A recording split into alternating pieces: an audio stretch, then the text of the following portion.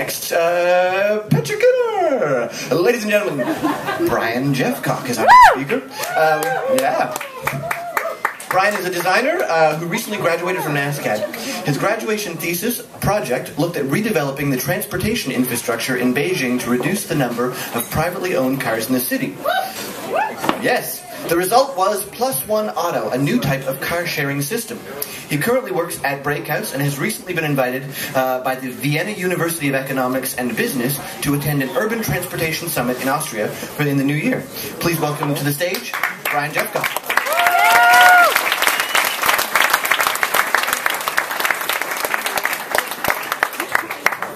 Already my talk sounds painfully serious. This is the worst.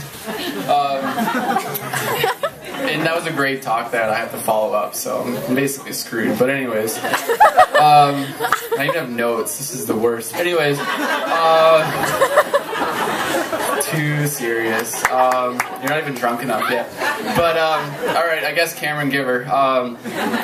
So I really wanted to do this Pecha Kucha talk because I think this is the perfect opportunity to talk about some of the bigger issues and some of the ideas that I'm thinking for the future development of Halifax. I really want to spark a conversation about what we're going to do to address some of these issues. And I'll first start by saying that I think we really need to cut our addiction to the automobile. We have put the vehicle at the center of our transportation universe instead of the people it was designed to serve. And almost everything that has been developed in North America in the last 80 years or so has been developed at the vehicle scale rather than the human one. So I think we need to start thinking about ourselves and less about our fucking cars. Even though I love them. But anyways, so the effects of this misstep in judgment can be seen pretty easily in Halifax and any place in North America for that matter. Places such as Dartmouth Crossing and Bayers Lake only cater to the vehicle. Like, how the hell am I supposed to get there? So if we know the car is so bad and we know this is an unsustainable system, then why are we continuing allowing these places to just come out of nowhere? Like, there's another one in Sackville now. But anyways, they're everywhere. Fuck it. So what I'm looking to do is bring together a bit of a clear plan that unites all the pre-existing developments and restricts where future developments occur. And step one is pretty clear to me. Like, create a master plan that removes the need for privately owned vehicles, especially Ford Tauruses. So I know this is a really aggressive strategy, especially in a place where, oh, that's supposed to be a smog picture, but we got a shitty projector. But, sorry, Cameron. But, anyways, like, we have a mindset of 40 years ago, so that this is going to be a really tough thing to push through in Halifax. But cars, they cause so many environmental, social, and economic problems that they need to be removed as soon as possible. But anyway, so I really want to go big on this one, so I'm thinking large scale, and I'm thinking at a long term. So, I know it's going to be really difficult because a lot of people in Halifax, pretty much everybody actually, uses the car as their primary mode of transportation. So, I don't know, it's going to be difficult. So we need to look to somebody who's actually making these moves and sort of pull from what they're doing. And for me, one of the master plans that I'm thinking about is currently being done by the city of Copenhagen. And although the Danish people aren't nearly as screwed as us transportation-wise, they're still thinking long-term, and they're planning for the inevitable growth that will occur in their area. And one of these plans was developed by an architecture firm called Big, and I actually saw their presentation at the Venice Biennale last year, so I was really fortunate to see that. And their idea was centered around sort of creating a ring or a loop between Sweden and Denmark, and I think that sort of concept of a loop could be applied at a different scale, though, to the harbor in Halifax.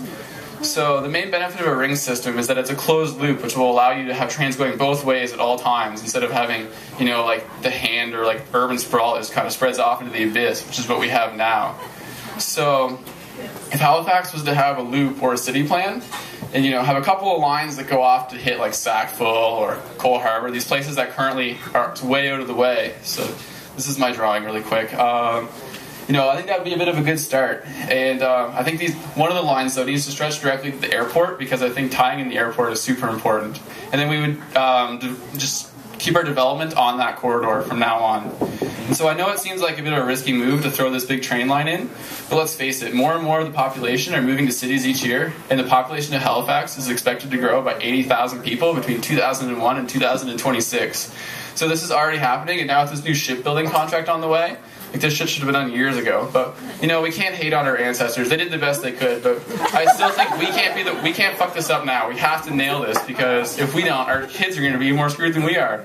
So if we restricted this future development to this corridor, and then simply added new stops as the density increased, I think we'd have to be like a really good start, and it would also connect our airport, which is like 6 exits away right now, and that sucks.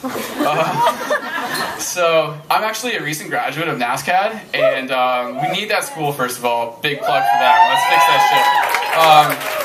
So my thesis was designed to help people sort of kick their addiction to the automobile. It's a car sharing system, and that's the vehicle I designed. And unlike current car sharing systems where you have to book them in advance, and it's not the same as owning your own car, mine, you can just sort of take it whenever the hell you want.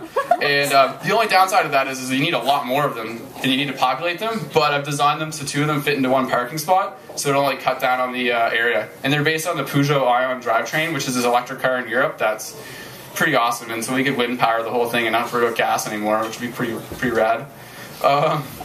I named these cars +1 Auto, but they're really intended just for casual use, and the primary mode has to be train or buses, but in those few occasions where you need to take a car somewhere, you can just grab one and then do what you gotta do, and then day to day I expect you to use the train or the bus, but, you know. Actually, these were designed for Beijing, like was mentioned earlier, so it's not really tailored for us, and I know we can't just copy and paste stuff from other places, but we need to start thinking about things like this.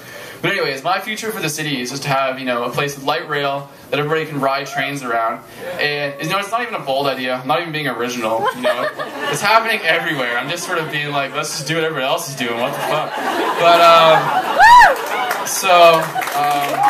for me, you know, I think we need to sell it to the public in Halifax, because you guys obviously care, but unfortunately, we still have this shit going on. So how can we get this to stop? So I think what we need to do is show, like, for me though, public transportation infrastructure is the biggest problem facing Halifax, because it's our framework for growth, and we're going to grow, and it's, if we get our framework wrong, then we're setting ourselves up for a lot of problems in the future, very costly ones. But if we get it right, we'll have a very bright future. And I know we're trying to bring new jobs, new businesses to Halifax, and it's going to take a lot more than a fucking convention center to do that. So, but if you set up a really nice transit system where companies could be like, hey, maybe my employees don't got to sit 2 hours in traffic every day, they can actually ride this train really easily. I think that might work. That's, yeah, or bikes. Bikes are totally rad, but that's too much to ask for people in Halifax. You gotta let them sit in a train, right? No, I'm just kidding. Bikes are awesome. They would be part of the system as well, which is why I include that slide. But anyways, these are some of the things I'm thinking about. And I know you can't just like copy and paste shit from Denmark, as awesome as that would be. Like, we have our own issues, we have our own unique geography and issues. So how are we gonna face them? But I think if we look at these other things that are being done in the world and sort of, you know, pull from a bit of our past, you know, we could probably park our auto safely and use the fucking streetcar. Anyways, thank you for your time. I'm done.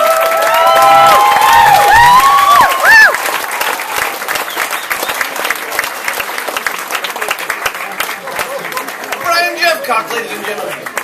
And he is right. Halifax doesn't have an international airport. Truro does. Wow. Also, I don't drive a car. I bought a scooter. They're awesome. You should definitely get a scooter, ladies and gentlemen. The only problem is that when you're driving, it will stop and try and have sex with lawnmowers and whippersnippers. And you're like, you are a car. Get back here, you little scamp. We're going to keep things rolling along.